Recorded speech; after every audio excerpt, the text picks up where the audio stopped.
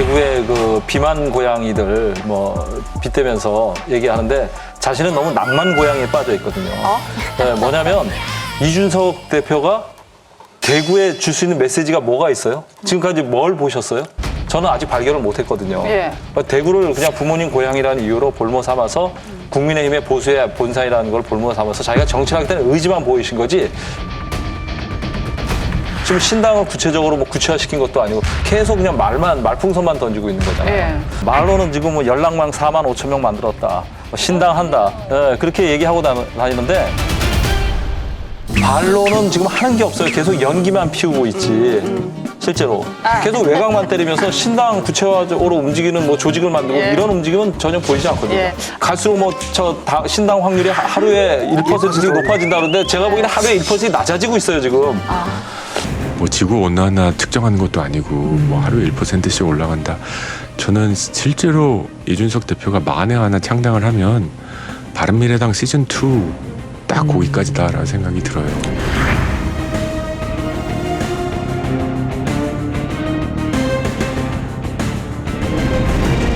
가능한 경우는 뭐냐면 정말 윤석열 정권이 못해가지고 대구 시민들조차도 저건 아니잖아라는 판단이 든다면 모르겠는데 그 상황은 상당히 상정하기 좀 힘들죠. 왜요? 아직 많이 남았어요.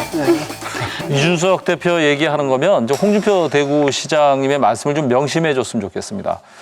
홍준표 대구시장이 그 11일인가에 이런 얘기를 하셨어요. 그 대구에 출마할 희망 없다.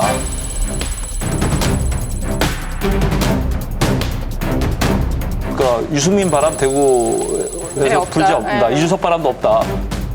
차라리 비례대표에 올인해라. 이렇게 얘기했거든요. 토인비가 한 말 중에 이런 말이 있습니다. 휴브리스의 함정이란 말이 있는데 뭐냐면 어떤 작은 거를 성공한 사람이 그 성공에 도취돼서 그 다음 것까지 성공할 수 있을까라는 확신을 가져서 오류를 범한다는 거거든요. 그게 뭐냐면 이준석 대표가 대구에서 한번 성공을 했잖아요. 당대표 선거 때 대구에서 바람이 불어가지고 성공했는데 그걸 너무 과신하고 있는 거예요. 대구에서 이준석 대표가 지금 나와서 당선될 수 있을 거라? 글쎄요. 일반적인 정치 분석자들이나 평론가들이 동의하지 않을 겁니다.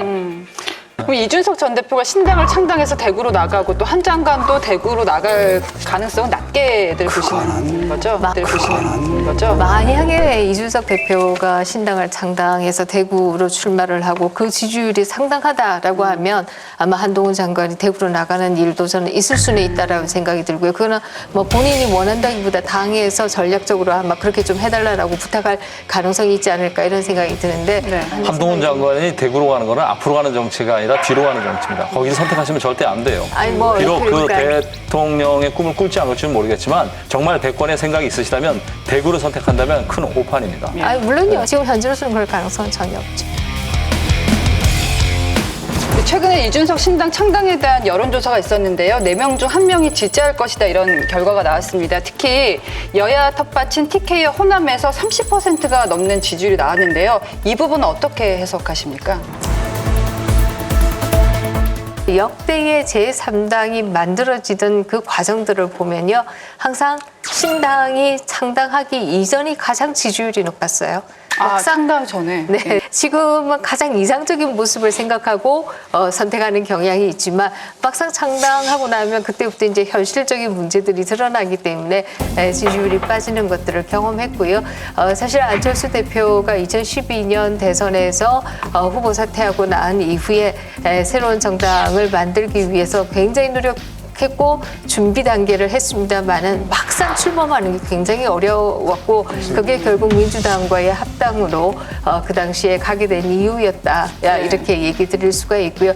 그렇기 때문에 목표를 아주 큰 정당을 갑자기 만들겠다 이런 것을 목표로 삼는 것이 아니라 정말 가장 바람직한 형태를 만들어서 기존 정당들에게 경고하는 형태로 좀 가면 좋지 않을까 이런 생각을 합니다. 그 이준석 대표가 생각하는 건 그거보다 지역 기반 이런 건 없습니다. 근데 다만 뭐냐면 이런 게 있어요. 그 민주당은 지금 5060의 당이 됐고요. 그 다음에 국힘은 7080이에요. 그 밑에 아래를 갖다 지금 장악을 아무도 못 하고 있는 거거든요. 아무도 못 하고 있는데 거기에 대한 대체제가 될 수 있고 그렇기 때문에 자기가 반드시 국힘에선 나를 필요로 한다라는 확신을 갖고 있는데 또 다른 한편은 뭐냐 그 요구를 갖다 상당 부분 한동훈 장관이 그 대체제가 될 수가 있다라는 거예요. 그러니까 한동훈 장관 같은 경우는 7080은 아니거든요. 훨씬 젊고 네. 그다음에 아무래도 젊은 사람들 사이에서는 확장력이 좀 있단 말이죠. 바로 이제 거기서 쫓기기 때문에 아마도 이준석 대표는 아마 좀 초조할 겁니다. 초조할 거고 사실은 혁신위가 나와가지고 사실은 상당 부분 그러니까 혁신위가 하는 일은 없어도 뭔가 하는 것 같은 착각은 참 많이 줬거든요. 언론 몰고 다니면서. 거기 때문에 사실은 좀 가려진 측면이 있는데 한동훈 장관이 나오게 되면 또 가려진단 말이죠. 지금 확실히 좀 얘기를 해야 됩니다. 아까 그 김민정 교수님께서 말씀하신 것처럼 딱 표방하고 내가 어려워도 이 길을 그냥 끝까지 가겠다라고 한다면은 그때 중도층들도 쟤 정말 진정성 있네. 한번 우리도 좀 지지해볼까라는 마음이 드는데 찍군 같은 경우에는 제가 저러다가 또 저로 돌아가는 것 같은데 이러면 사실 아무도 지지해주지 않는 거죠.